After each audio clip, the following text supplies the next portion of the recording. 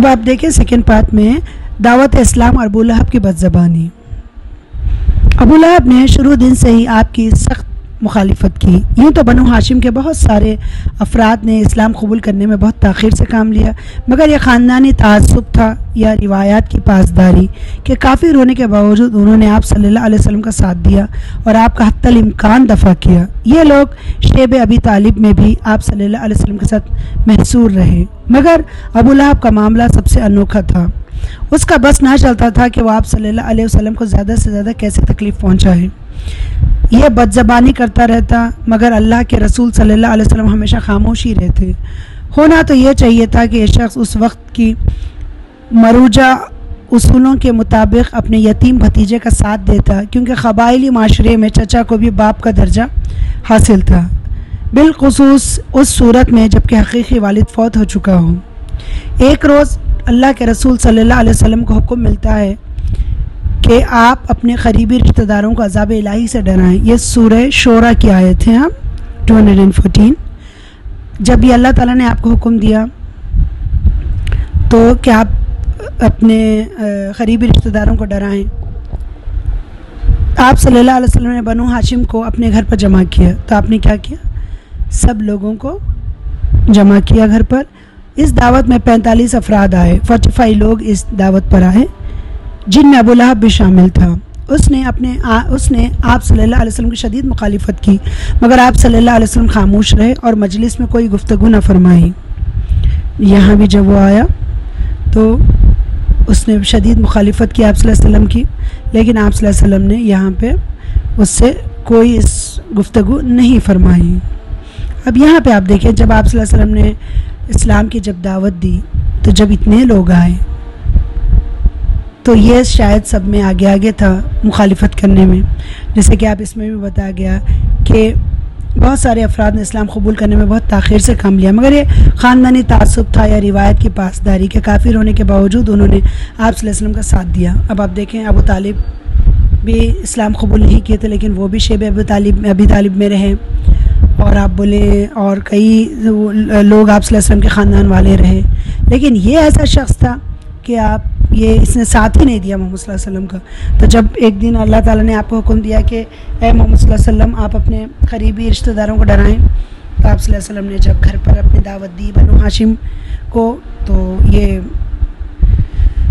ابو لہب نے شدید مخالفت بھی کی اس کی، اور آپ صلی اللہ علیہ وسلم مجلس میں اس سے کوئی آپ نے بات نہیں کی۔ ایک موقع پر آپ صلی اللہ علیہ وسلم نے ایک بار پھر اپنے رشتہ داروں کو جمع کیا۔ سردار ابو طالب نے آپ صلی اللہ علیہ وسلم کی حوصلہ افزائی کی، مگر ابو لہب نے بکواس کی کہ یہ ایک بری دعوت ہے۔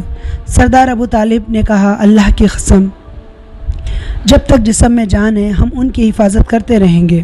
اب آپ دیکھیں یہ بھی مرتے دم تک ابو طالب ایمان نہیں لائے تھے، حالانکہ ہم انشاءاللہ آگے پڑھیں گے۔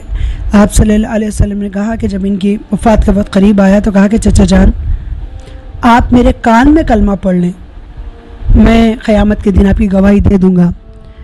تو بھی یہ اپنے دین ہی پر قائم رہے، انہوں نے کلمہ نہیں پڑھا، لیکن یہ آخری اپنی جان جب تک ان کے جسم میں جان رہی وہ محمد صلی اللہ علیہ وسلم کی آپ حفاظت کرتے رہے۔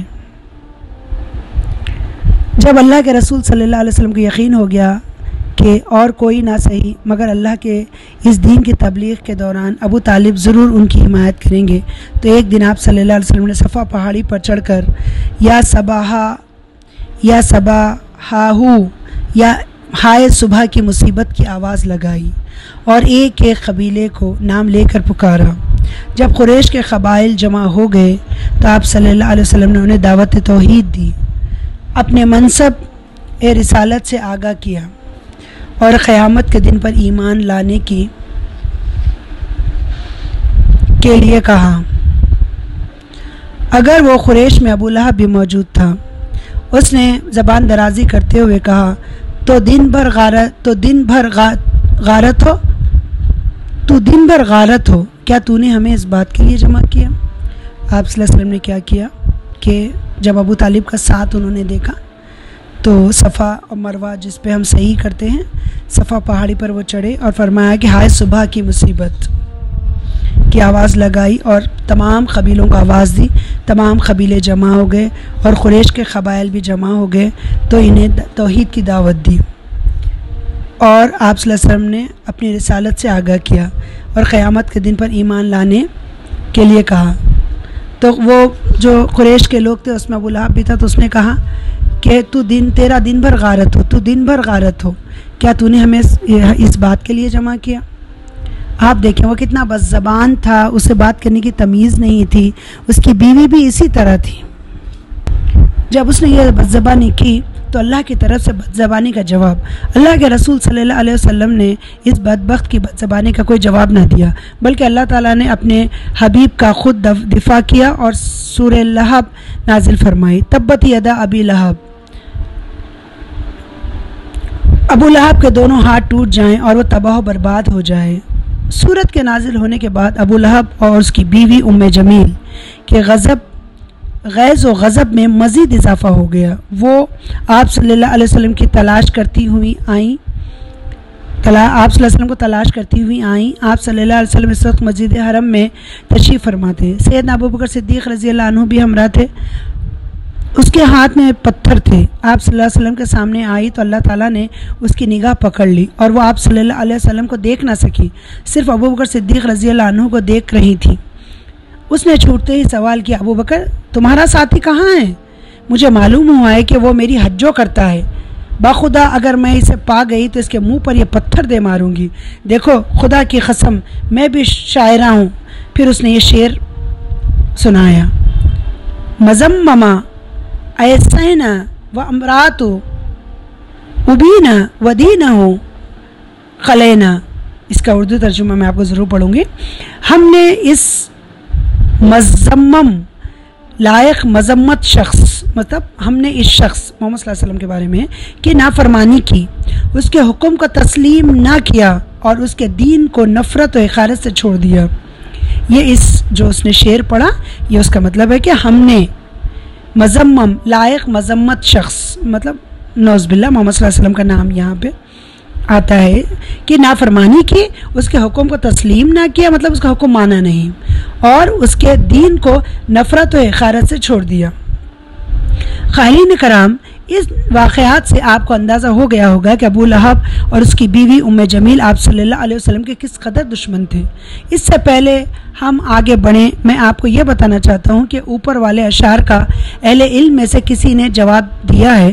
ہمارے محترم چچا مولانا عبدالسلام کیلانی رحمۃ اللہ علیہ عموماً ان مصروں کو دہرایا کرتے تھے۔ اب یہاں پہ دیکھیں بیان کیا گیا، محمد اتقانا، محمد صلی اللہ علیہ وسلم کی ہم نے اطاعت کی، وَأَمْرَهُ قَبِلْنَا، ہم نے ان کے امر کو تسلیم کیا، وَدِينَهُ رَدِينَا وَنَفْسَهُ فَدَيْنَا، اور ہم ان کے دین پر راضی ہیں اور ہماری جانیں ان پر قربان ہیں۔ یہ جنہوں نے لکھا یہ ان کے بارے میں۔